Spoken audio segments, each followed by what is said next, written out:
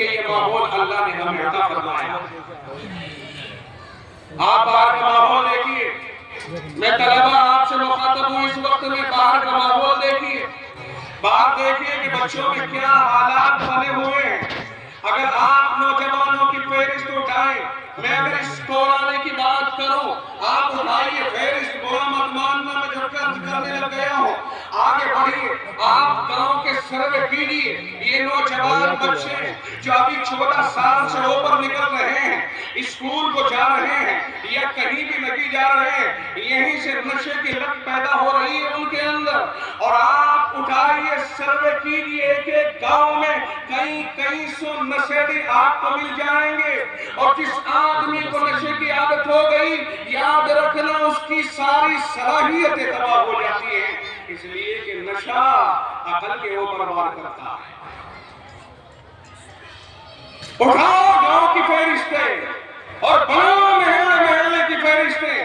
آپ کو پتا ہو یا نہ پتا ہو, آپ ہمیں الزام لگانے والا ثابت نہ کرنے کی کوشش کرنا. میں آپ کے قرآن کے اندر ہی ایسے افراد نکال کر کے آپ کے سامنے کھڑے کر دوں گا. کئی سو کی تعداد میں افراد ایسے مل جائیں گے جو اس طرف مائل ہو رہے ہیں یا مائل ہو چکے ہیں, یا وہ نشہ کرنے لگ گئے ہیں, یا وہ نشے کی عادت میں انتہا کو پہنچ گئے ہیں.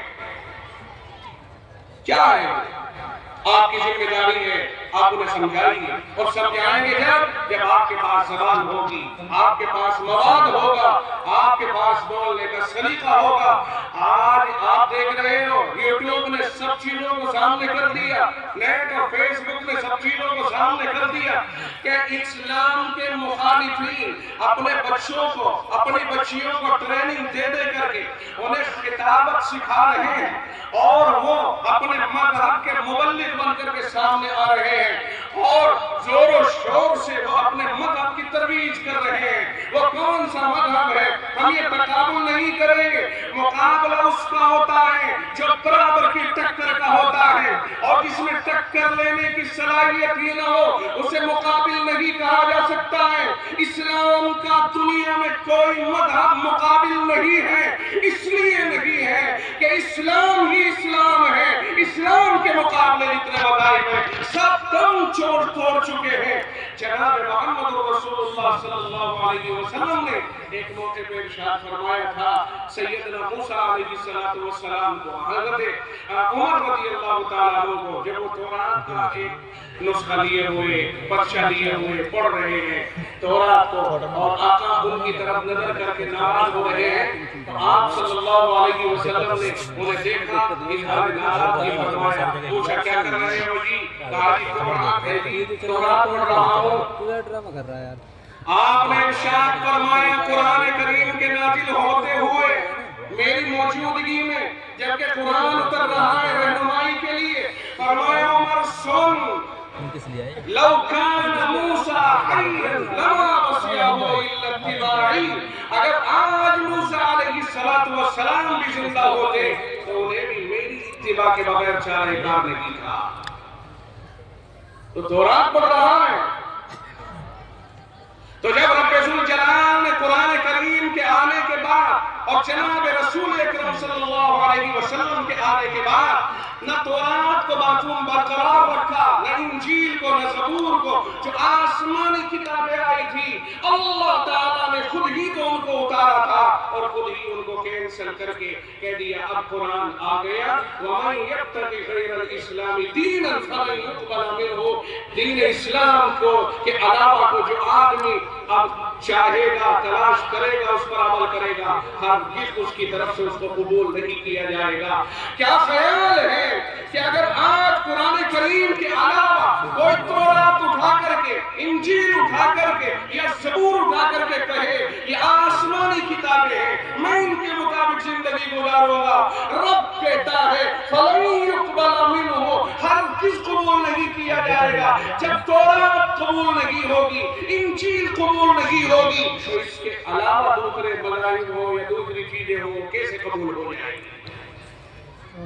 اسلام کے مقابلے پر کوئی چیز نہیں ہے, اسلام ہی اسلام ہے. موجودہ وقت میں آپ 2000 کا 1000 کا نوٹ لائیے, وہ جو پرانی سرکار تھا, اور 500 کا وہ نوٹ لائیے جو پرانی سرکار کا چھاپا ہوا تھا. بتائیے پوری کی پوری مہر، لکھت، تحریر، دستخط، کاغذ وہ اصلی ہے یا نہیں ہے؟ اگر آپ اس نوٹ کو اٹھا کے لائیں گے جسے وزیر اعظم، موجودہ وزیر اعظم نے رات کے 12 بجے بند کیا تھا، اس نوٹ کو اٹھا کے لائیں گے 500 اور 1000 کے نوٹ کو، وہ اصلی دکھائی دے گا یا نہیں دے گا؟ لیکن آپ اس کو آج استعمال کرنے لگے، آپ کو کہا جائے گا کہ یہ ریڈ کرنسی لے کر کے آیا ہے اور اس کو جیل کی سلاخوں میں ڈالنا چاہیے. کیا وجہ ہے؟ آپ یہ کہہ کر کے دلیل نہیں دے سکتے ہو کہ یہ نوٹ اصلی ہے، سرکار کا چھاپا ہوا ہے، ساری چیزیں بالکل اصلی ہیں. آپ یہ نہیں کہہ سکتے ہیں. وہ یہ کہیں گے کہ وزیر اعظم نے ان کو بند کر دیا تھا، جب بند کر دیا تھا لاکھ اصلی صحیح، لیکن اب چونکہ ان پر بندش لگ چکی ہے، اب جو اس کے بدل کے طور پر آیا تھا وہی اصل ہے، اس کو نہیں چلایا جا سکتا ہے. یہی دیکھ لیجیے، تورات و انجیل و زبور رب نے اتاری مگر رب ہی نے ان کو کینسل بھی کیا. قرآن اتارا کہ اس کے علاوہ اب کوئی اور چیز قبول نہیں کی جائے گی، اور رب نے اعلان کرتے ہوئے کہا الیوم اکملت لکم دینکم واتممت علیکم نعمتی ورضیت لکم الاسلام دینا.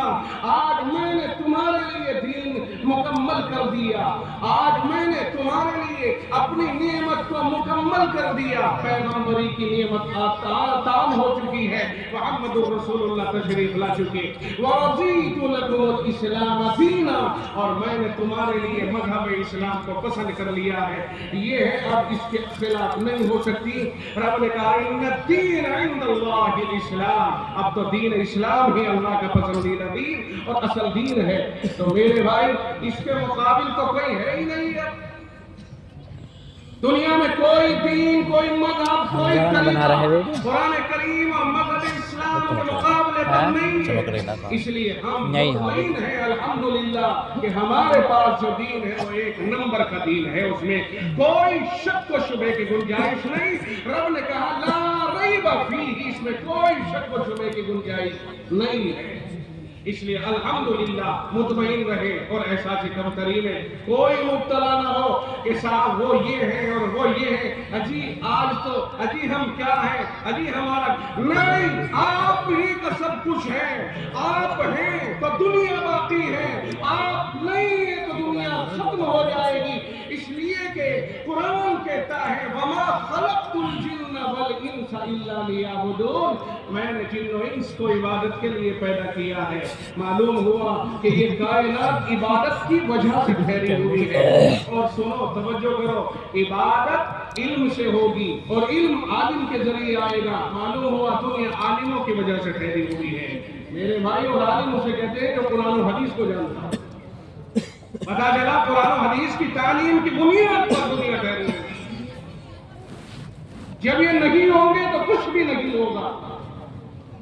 آپ محسن ہیں پوری دنیا کے لیے، سن رہے ہو؟ آپ محسن ہیں پوری دنیا کے لیے. وائٹ ہاؤس آپ کی برکت سے موجود ہے، دنیا کا ہر ملک آپ کی وجہ سے موجود ہے، آسمان و زمین آپ کی وجہ سے موجود ہے. آپ نہیں ہوں گے تو کائنات ختم ہو جائے گی. جناب رسول اکرم صلی اللہ علیہ وسلم نے کلیئر کر دیا ہے کہ جب تک اللہ کا نام دنیا میں لیا جاتا رہے گا یہ دنیا باقی رہے گی. یہ دنیا ٹھیکیداروں کی وجہ سے، یہ دنیا فیکٹری مالکوں کی وجہ سے، یہ دنیا شوخاروں کی وجہ سے، دولت مندوں کی وجہ سے، عہدے داروں کی وجہ سے باقی نہیں ہے، بلکہ یہ دنیا اگر باقی ہے تو ایک لا الہ الا اللہ پڑھنے والے کی وجہ سے باقی ہے. آپ اپنے دلوں سے احساس کمتری نکالیے اور رہیے دنیا کے اندر سر اٹھا کر کے جیے اور کہیے کہ الحمدللہ یہ دنیا ہماری وجہ سے قائم ہے.